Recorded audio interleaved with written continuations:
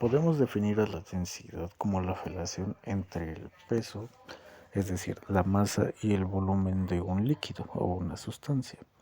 Es una propiedad que habitualmente se expresa en kilogramos sobre metro cúbico o gramos sobre centímetro cúbico. Para calcularla podemos hacer uso de la fórmula que nos dice que densidad es directamente proporcional a la masa e inversamente proporcional al volumen. Es decir, densidad es igual a masa sobre volumen. Esto nos quiere decir que a menor volumen habrá una mayor densidad.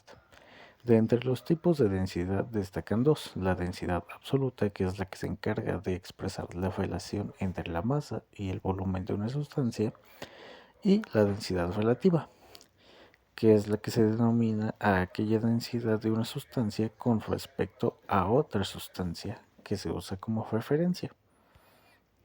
Continuando con el volumen, se define como el espacio que ocupa un cuerpo o una sustancia en el espacio. La unidad fundamental que se utiliza en el Sistema Internacional de Mediciones es el metro cúbico. En química no se utilizan estas cantidades tan grandes. Las unidades más utilizadas dentro de estas son el litro y el mililitro. Para esta ocasión nos referiremos a los líquidos y su capacidad de adoptar la forma del recipiente que los contiene. Una sustancia que ocupa un espacio dentro de un contenedor adopta la forma de este contenedor, ya sea si es un líquido o un gas. Esto debido a que las partículas que contienen tienen una mayor libertad con respecto a los sólidos. La tensión superficial es la cantidad de energía necesaria para aumentar la superficie por una unidad de área. Esto se debe a la fuerza de cohesión de las moléculas de un líquido, las cuales ejercen una resistencia a la hora de que se intenta incrementar la superficie. El cómo se produce esto surge por la fuerza que actúa entre el líquido y su superficie. Dichas fuerzas son iguales en la superficie y en el interior del líquido. Como las moléculas de la superficie tienen más energía, el sistema tiende a minimizar el total de energía a partir de una reducción de las moléculas de la superficie. De este modo, el área del líquido se reduce al mínimo. Hay que tener en cuenta que la tensión superficial se vincula a la temperatura y otros factores como el medio y la naturaleza del propio líquido. Podemos definir a la capilaridad como la capacidad de un líquido para fluir en espacios estrechos sin la ayuda de o incluso en oposición a fuerzas externas como sería la gravedad. Es un fenómeno vinculado al ascenso y descenso de fluidos a través de una superficie. Podemos afirmar que este fenómeno depende de la tensión superficial del líquido, esto en relación a la fuerza de cohesión entre las moléculas del fluido. Cuando la cohesión entre las moléculas resulta ser menor a la adición del fluido, este tiende a subir a través de toda la superficie hasta que la tensión superficial se equilibre con el peso del propio fluido. Si la cohesión molecular del fluido es mayor a la adición hacia la superficie, la tensión superficial provoca el descenso del líquido a través de este. Fluidez de un líquido. El líquido es un estado de agregación de la materia en forma de fluido, altamente incomprensible, lo que significa que su volumen es casi constante en un rango grande de presión. Es el único estado con un volumen definido pero no con forma fija. El líquido está formado por pequeñas partículas vibrantes de la materia como los átomos y las moléculas unidas por enlaces intermoleculares. Al igual que un gas, el líquido es capaz de fluir y tomar la forma del recipiente. A diferencia de un gas, el líquido no se dispersa para llenar cada espacio del contenedor, pero sí mantiene una densidad constante. La densidad de un líquido suele ser cercana a la de un sólido y mucho más alta que la de un gas. Fuerzas de cohesión y adhesión. Las fuerzas adhesivas y cohesivas son fuerzas de atracción.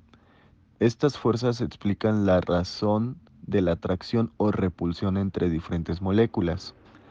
Las fuerzas adhesivas describen la atracción entre diferentes moléculas de distintas sustancias, mientras que la fuerza cohesiva describe la atracción entre moléculas de la misma sustancia. Punto de ebullición. El punto de ebullición normal, también llamado punto de ebullición atmosférico, es de un líquido es el caso especial en el que la presión del vapor del líquido es igual a la presión atmosférica definida a nivel del mar. A esa temperatura la presión de vapor del líquido llega a ser suficiente para superar la presión atmosférica y permitir que se formen burbujas de vapor dentro del cuerpo líquido hasta que este cuerpo líquido llegue a ser vapor totalmente y esta temperatura se mantiene constante.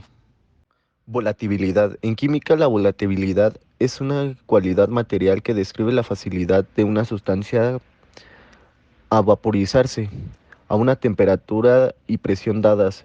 Es más probable que una sustancia con alta volatilidad exista como vapor, mientras que una sustancia con baja volatilidad es más probable que exista como un líquido o sólido. La volatilidad también puede describir la tendencia de un vapor a condensarse, líquido o sólido. Las sustancias menos volátiles se consideran más fácilmente a partir de un vapor que son altamente volátiles. Las diferencias en la volatilidad se pueden observar comparando qué tan rápido se evaporan las sustancias dentro de un grupo cuando se exponen a la atmósfera. El comportamiento del agua en su estado líquido como fluido y en su estado sólido como hielo es ocasionado por los puentes o enlaces de hidrógeno, que son la unión de un átomo de hidrógeno y otro de oxígeno, flúor o nitrógeno con carga negativa. El átomo de hidrógeno se llama donante o dador, mientras que el otro se llama aceptor.